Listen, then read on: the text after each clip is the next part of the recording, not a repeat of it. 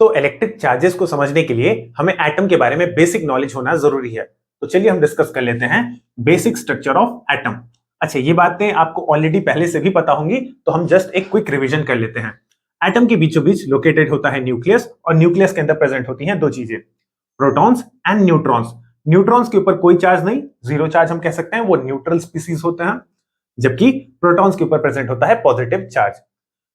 Orbits के अंदर electrons revolve कर रहे होते हैं और इलेक्ट्रॉन्स के ऊपर होता है नेगेटिव चार्ज। तो ये एटम का स्ट्रक्चर आपको ऑलरेडी पता होगा। अब हम अगर डिस्कस करें, atoms are neutral. Atoms neutral होते हैं। न्यूट्रल होने का क्या मतलब है कि एटम के ऊपर होता है जीरो चार्ज, एटम के ऊपर कोई भी चार्ज नहीं होता है। बिकॉज इसका रीजन क्या है, number of electrons is equal to number of protons. किसी भी एटम के अंदर नंबर ऑफ इलेक्ट्रॉन्स, सपोज कि अगर 10 इलेक्ट्रॉन्स है तो उसके अंदर 10 प्रोटॉन्स भी होंगे। तो नेगेटिव चार्ज 10, पॉजिटिव चार्ज भी 10, ये दोनों एक दूसरे को कैंसिल कर देते हैं, इसलिए एटम के ऊपर कोई भी चार्ज नहीं आता, एटम के ऊपर जीरो चार्ज रहता है। इस वजह से एटम्स न्यूट्रल कहलाते हैं। बट हम ये भी जानते हैं कि एटम्स इलेक्ट्रॉन्स को गेन भी कर सकते हैं और लूज भी कर सकते हैं in order to form chemical bond. तो केमिकल बॉन्ड बनाते समय एटम्स इलेक्ट्रॉन को गेन भी कर सकते हैं और इलेक्ट्रॉन को लॉस भी कर सकते हैं। तो ये बात भी बिल्कुल सही है। लेकिन जब एटम इलेक्ट्रॉन को गेन और लॉस करेंगे तब एटम के ऊपर कुछ डिफरेंट हो जाएगा, यानी कि उसके ऊपर जीरो चार्ज नहीं रहेगा। अब हम इस चीज को डिस्कस कर लेते हैं। तो केस नंबर 1, जब एटम इलेक्ट्रॉन को गेन कर ले, तो हम एक एग्जांपल से समझते हैं। सपोज कि हमारे पास क्लोरीन एटम है। क्लोरीन का एटॉमिक नंबर होता है 17, यानी कि इसके अंदर प्रेजेंट होंगे 17 प्रोटॉन्स, पॉजिटिव चार्ज 17। और चूंकि ये न्यूट्रल एटम है तो इसके अंदर इलेक्ट्रॉन्स भी 17 होंगे, तो प्लस 17 और माइनस 17 का चार्ज एक दूसरे को कैंसिल कर देगा। क्लोरीन के ऊपर कोई भी चार्ज नहीं, जीरो चार्ज हो जाएगा। बट क्लोरीन क्या करता है, हमें पता है कि क्लोरीन खुद को स्टेबल बनाने के लिए 1 इलेक्ट्रॉन गेन करता है, वो एक्सेप्ट करता है 1 इलेक्ट्रॉन। तो क्लोरीन जिसके पास पहले 17 प्रोटॉन्स एंड 17 इलेक्ट्रॉन्स थे, उसने एक इलेक्ट्रॉन गेन कर लिया और गेन करके उसने बना लिया Cl माइनस आयन।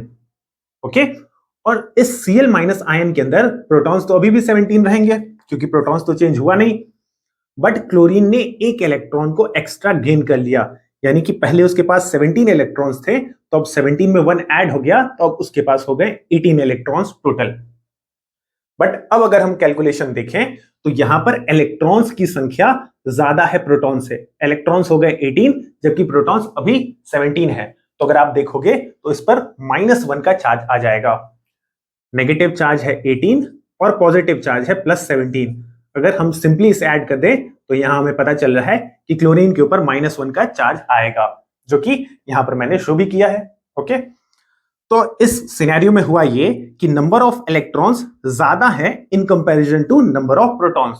तो जब भी ऐसा सिनेरियो होगा कि इलेक्ट्रॉन्स का नंबर ज्यादा होगा प्रोटॉन्स के नंबर से, उस समय हमें कैसा चार्ज देखने को मिलेगा, we will see negative charge on that species. वो आयन हो सकता है, एटम हो सकता है, कुछ भी, उसके ऊपर नेगेटिव चार्ज आएगा। और नेगेटिव चार्ज क्यों आया, because number of electrons number of proton से ज्यादा है। तो ये था case number 1। Okay, second case में हम डिस्कस कर लेते हैं इफ एटम लूज इलेक्ट्रॉन। अगर कोई एटम इलेक्ट्रॉन को लॉस कर देता है, ठीक है, इलेक्ट्रॉन को डोनेट कर देता है। तो सपोज सोडियम एटम के पास 11 प्रोटॉन्स होते हैं, इसका एटॉमिक नंबर है 11, तो 11 प्रोटॉन्स एंड 11 इलेक्ट्रॉन्स। तो इसके ऊपर अभी टोटल चार्ज कितना, 0। प्लस एंड माइनस एक दूसरे को कैंसिल कर देंगे, नेट चार्ज सोडियम एटम पर अभी 0 है। बट हम ये भी जानते हैं कि सोडियम खुद को स्टेबल करने के लिए एक इलेक्ट्रॉन को लॉस कर देता है। तो सोडियम जब एक इलेक्ट्रॉन को लॉस करेगा तो उसके पास क्या सिनेरियो होगी, हम डिस्कस करते हैं। पहले इसके पास था 11 प्रोटॉन्स 11 इलेक्ट्रॉन्स, यानी कि टोटल 0 चार्ज। ओके, लेकिन जैसे ही इसने एक इलेक्ट्रॉन को लॉस किया तो 11 में से एक इलेक्ट्रॉन चला गया, अब इसके पास केवल 10 इलेक्ट्रॉन्स ही बचे। लेकिन प्रोटॉन्स में तो कोई चेंज नहीं आया, प्रोटॉन्स अभी भी 11 का 11 ही रह गया।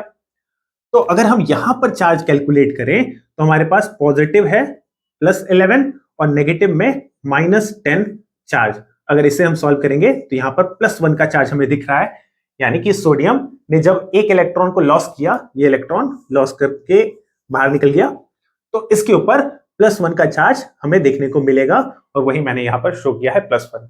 ठीक है, तो सोडियम के ऊपर ये +1 चार्ज क्यों आया, बिकॉज सोडियम ने अपने एक इलेक्ट्रॉन को लॉस कर दिया। प्रोटॉन्स तो अभी भी अनचेंज्ड है, लेकिन इलेक्ट्रॉन्स एक कम हो चुका है। तो इस सिनेरियो में हो रहा है नंबर ऑफ इलेक्ट्रॉन्स कम है in comparison to number of protons. यहां पर अगर आप देखो तो प्रोटॉन्स 11 जबकि इलेक्ट्रॉन्स केवल 10, तो इलेक्ट्रॉन्स कम हो गए 10, प्रोटॉन्स 11 ज्यादा है, तो यहां पर कैसा चार्ज हमें देखने को मिला? Positive charge. तो दोनों सिनेरियो को आप समझिए।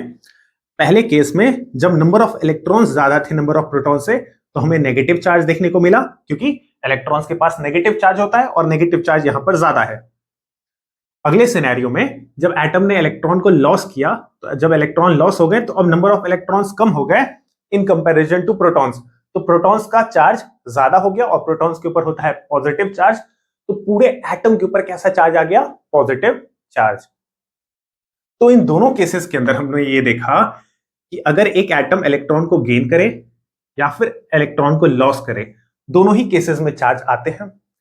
जब एटम इलेक्ट्रॉन को गेन करता है तो नेगेटिव चार्ज, और जब एटम इलेक्ट्रॉन को लॉस करता है तो पॉजिटिव चार्ज। तो यहां से हम कंक्लूजन ये ड्रॉ कर सकते हैं कि चार्ज नेगेटिव हो या फिर चार्ज पॉजिटिव हो, ये चार्जेस आते हैं इलेक्ट्रॉन के ही गेन और लॉस से। यहां पर प्रोटॉन्स मूव नहीं करते एटम के अंदर, कहीं भी हमने ये नहीं देखा कि प्रोटॉन्स गेन हो रहे थे या प्रोटॉन्स लॉस हो रहे थे। नेगेटिव चार्ज आया तो भी इलेक्ट्रॉन ही मूव किया, और पॉजिटिव चार्ज आया तो भी हमने देखा कि इलेक्ट्रॉन ही मूव कर रहा है। ठीक है, कई बच्चों के मन में ये कंफ्यूजन होता है कि पॉजिटिव चार्ज प्रोटॉन्स के मूवमेंट के कारण आता है, तो इस चीज को बिल्कुल क्लियर कर लीजिएगा कि एटम के अंदर प्रोटॉन्स मूव नहीं करते, और ये तो ऑब्वियस है। एटम के अंदर प्रोटॉन्स उसके न्यूक्लियस में होते हैं, और प्रोटॉन्स न्यूक्लियस से तो बाहर निकलकर मूव करेंगे नहीं, तो जो भी मूवमेंट होता है एटम के अंदर, वो मूवमेंट होता है केवल इलेक्ट्रॉन्स का। इलेक्ट्रॉन्स बाहर जाते हैं या फिर इलेक्ट्रॉन्स एटम के अंदर आते हैं। अगर एटम ने इलेक्ट्रॉन को गेन किया, अगर इलेक्ट्रॉन आया तो नेगेटिव चार्ज, और अगर एटम ने इलेक्ट्रॉन को लॉस किया तो उसके ऊपर पॉजिटिव चार्ज। चलिए इस बात को मैं आपके लिए लिख भी देता हूं बोर्ड पर। आइए इस स्टेटमेंट को मैं आपको पढ़कर समझा देता हूं। We can clearly see from the above two cases, यानी कि इन दोनों केसेस से हमने ये देखा that charge appears on an atom only due to gain और लॉस ऑफ इलेक्ट्रॉन्स। तो ये वही बात है कि किसी भी एटम पर चार्ज केवल और केवल एटम के इलेक्ट्रॉन के गेन और लॉस से ही आता है। That is protons do not move और गेट ट्रांसफर्ड बिटवीन एटम्स। तो वही सेम बात है कि किसी भी एटम के ऊपर अगर चार्ज आ रहा है तो वो केवल और केवल इलेक्ट्रॉन्स के गेन और लॉस से आ रहा है, यानी कि प्रोटॉन्स मूव नहीं होते हैं, केवल इलेक्ट्रॉन्स मूव होते हैं, और इलेक्ट्रॉन्स के मूवमेंट से ही पॉजिटिव एंड नेगेटिव दोनों टाइप के चार्जेस बनते हैं किसी भी एटम या फिर किसी अदर स्पीसीज के ऊपर।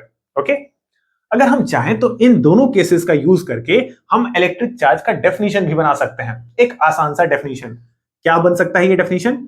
इलेक्ट्रिक चार्ज अराइजेस, यानी कि इलेक्ट्रिक चार्ज बनता है when an object has more और लेस इलेक्ट्रॉन्स देन प्रोटॉन्स। यानी कि सिंपल सा मतलब ये कि किसी भी बॉडी पर इलेक्ट्रिक चार्ज तब अराइज होगा, तब बनेगा जब उस ऑब्जेक्ट के पास मोर इलेक्ट्रॉन्स हो देन प्रोटॉन्स, इलेक्ट्रॉन्स ज्यादा हो जाए प्रोटॉन से। तो अगर इलेक्ट्रॉन्स ज्यादा हो जाए प्रोटॉन से तो उस समय बॉडी पर कैसा चार्ज आएगा? नेगेटिव चार्ज आएगा। जब इलेक्ट्रॉन्स ज्यादा हो जाए प्रोटॉन से तो नेगेटिव चार्ज आएगा, या फिर जब इलेक्ट्रॉन्स लेस हो जाएं प्रोटॉन से तो उस समय हम जानते हैं कि जब इलेक्ट्रॉन्स लेस हो जाएंगे प्रोटॉन से तो उस समय बॉडी पर पॉजिटिव चार्ज आ जाएगा। यानी कि सिंपली इलेक्ट्रॉन के गेन और लॉस से बॉडी के ऊपर चार्ज आता है। ये भी इलेक्ट्रिक चार्ज का एक सिंपल डेफिनेशन बन सकता है।